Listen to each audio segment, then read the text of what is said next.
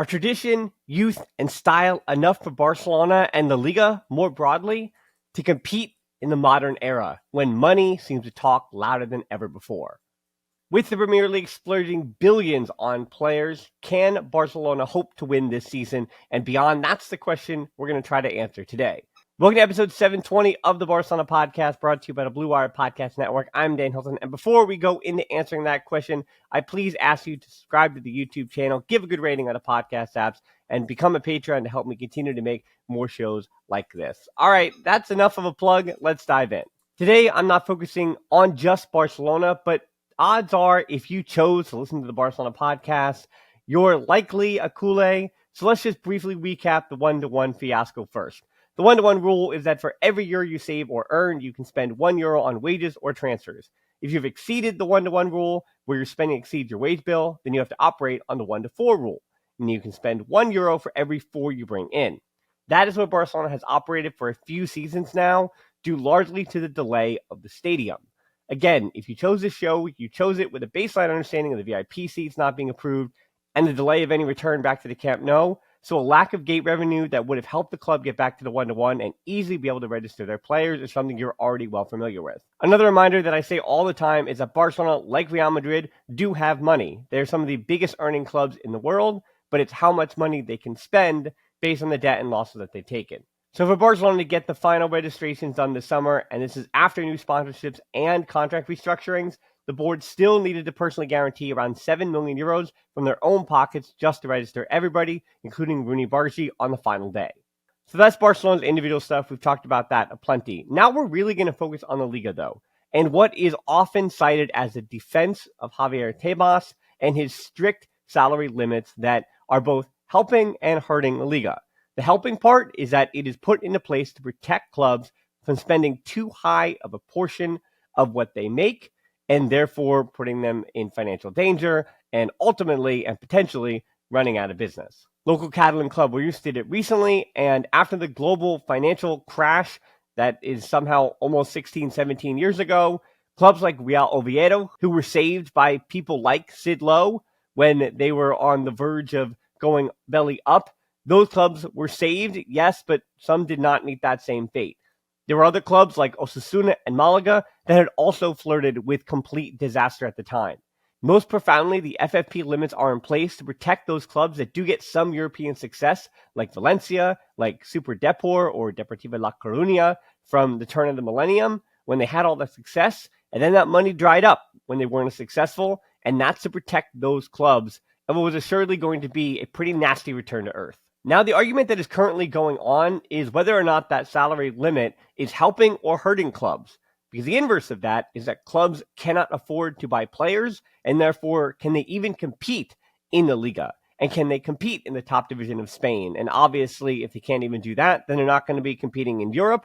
And that means that all that revenue that these clubs would make by being in the Liga or in Europe, they're just operating on the slimmest of margins, and they're not going to be there. Gedafe's president Angel Torres was forced to sell their top forward and top defender just to register the rest of their squad. And like Barcelona, who are recovering from the inflated wage bill in the aftermath of the pandemic, Sevilla and Real Betis are in the same boat. Espanyol even invested in a squad that they hoped to stay up in the Liga, and while it did happen, registering everybody this season was likely only possible because of the sale of Joan Garcia. And as I'm explaining with Getafe and Espanyol, the salary limits are not just affecting those wasteful dummies at the top of the pyramid like Barcelona. Barcelona is often cited as the club with the financial issues in the Liga, but this is a league-wide issue for all clubs, with the exception of Real Madrid and kind of Atletico Madrid. Focusing on Getafe, due to a fan base that primarily exists in Madrid, Getafe also don't benefit from huge stadium revenue, as even at capacity, their home ground seats 16,800 people. So Gedafe's revenue is limited, which then makes sense that they are limited in what they're allowed to spend and how high their wage bill can be. Hence, why they had to sell Christian Uche, their most promising forward talent, at just 22 years old, knowing that their biggest source of revenue came through a player sale, and that was just to register players. So that does not mean that now they have all this money that they can spend in January or the summer in any way. And that brings us back to Tebas again, because when he came to power just over a decade ago, as I had said on the back of the global financial crisis, he instituted a very strict FFP to make sure the clubs in Spain did not fall into financial ruin. That made sense. And to that end, his methodology of austerity has led to a success because clubs have not gone under. And with the economy in Spain falling a bit behind Germany and the UK, it's hard to imagine that clubs that rely heavily on domestic revenue will be seeing any major relief anytime soon. So, in theory, that austerity and those strict FFP rules should continue to be in place to continue to protect clubs from themselves. And if Tebas is just judged on keeping his league afloat, then he's done his job. And when we expand this beyond Spain and you look at the transfer spending of the EPL compared to not just Spain, but also Germany, Italy, and France, the outlier is the EPL, not the other major leagues in Europe. And that's what people are going to begin to judge him on, his comparison to the EPL. While he has been a success by a certain metric, the loose financial metrics set by the Premier League have created an imbalance that Liga may not be able to come back from. In 2025, only Real Madrid and Atletico Madrid made signings of over 30 million euros. Liverpool, meanwhile, spent 520 million, with all of Alexander Isak, Florian Wirtz, and Hugo Ekitike all being more than 100 million euros each. The Premier League spending of 3.5 billion in the summer transfer window to Liga's 683 million, again, 3.5 billion to 683 million, that is not all Tebas' fault. But it does bring into question things that the league needs to be asking itself. Should the Liga go back to loosening the spending to try to compete for players? My gut says no, because the gap in spending is already so great that market values would not equal on-field success for the Liga signings. It is too great of a risk. But the bigger issue is the massive television deals. Something went wrong in the last 30 years outside of just a language barrier to bring La Liga to fans. Selling a portion of the TV rights in the CVC deal is not helping the way it was made to feel like it would when that deal was done. Unless the CVC deal was essential to preventing clubs from going under during the pandemic, which did happen, yes, so I guess that's a success too. But then again, we're fast forwarding 5 years later, and was that really the best option in both the short term and the long term? The biggest difference between the Liga and the EPL, though, is where the money that clubs are spending is coming from. So many EPL clubs are owned by billionaires, and almost all have heavy investments from VC or venture capital. Atleti are seemingly the only Liga club to spend in the last few seasons around 300 million euros on players, but that's precisely because a large amount of their shares are owned by a billionaire and a private equity firm in the US. But compare that to Alaves owner José Carajeta, a former basketball player in Spain. Carajeta couldn't spend money if he wanted to. And add owners like Martín Presa of Rayo and Peter Lim of Valencia to the mix, owners that seemingly actively don't want to spend money to improve anything about their clubs, including the fan experience for those in the stadium. And then you're stuck with a package that is challenging to get major TV revenue for. Most of the clubs in the Liga make less than 55 million in TV revenue and less than 100 million in total revenue. Compare that to newly promoted EPL side Sunderland, who spent around 165 million euros this summer due to the nice big paycheck that they knew they'd be getting from the EPL broadcasting rights. It's obviously a problem without a clear solution, and it all doesn't fall on the feet of Javier Tebas. The Super League has been floated as one solution, but UEFA and EPL properly marketed that as something that would kill the soul of football, because fairness only exists for those who are already making the money. There might be a chance that in the coming seasons, the rest of Europe do band together and revisit that notion, but then they have to go to court against UEFA and likely the EPL. But even that won't do anything unless the clubs like Real Madrid and Barcelona are willing to give a larger percentage of their revenue sharing to the rest of the teams in the Liga, which has not been the case and something that those two clubs have been reluctant to do. And for some reason, any EPL fans wandered in here at this point in the show, yes, I am not letting Barcelona off the hook completely either.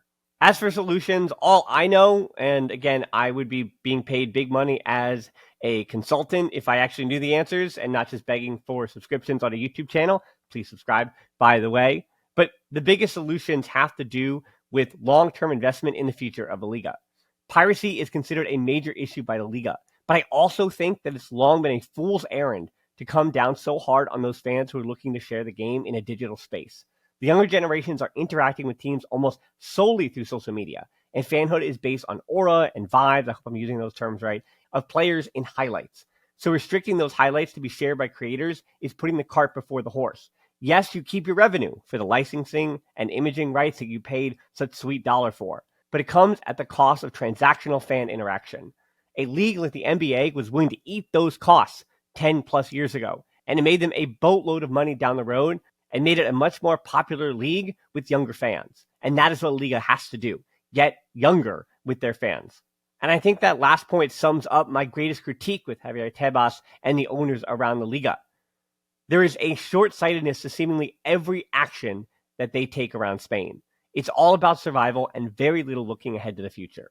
And to return to our initial question, can Barcelona compete? Well, the answer is yes, because Barcelona do have La Masia, which they invest heavily in making sure it has the resources to fill out the depth in their squad. And then because they are a top revenue-making machine, they still have El Clasico and the global brand that is FC Barcelona. They're able to bring in enough money to fill in the rest of the squad with the likes of a Joan Garcia, and hopefully in the future when they're back in the stadium, more signings as well. And for Real Madrid, it's all about the commercial revenue that they make. They're able to compete, maybe not with the top parts of Liverpool, but they're able to compete on the transfer market. And very much like Barcelona, they still have the desire of players wanting to come and play for Real Madrid.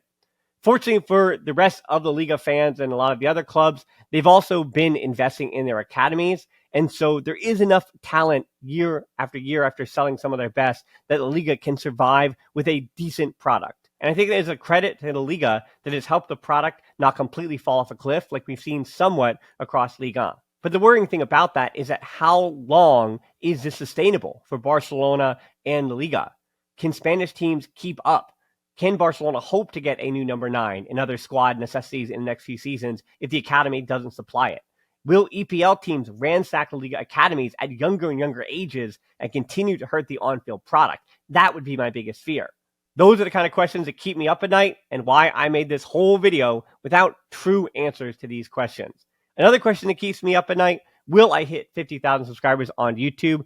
I'm not sure, but the answer could be yes if you help subscribe. So make sure you do that. Hit that bell so you don't miss any of the videos I make on YouTube, or give me a good rating on the podcast apps. And as always, until next time, even in this international break, Forza Barça.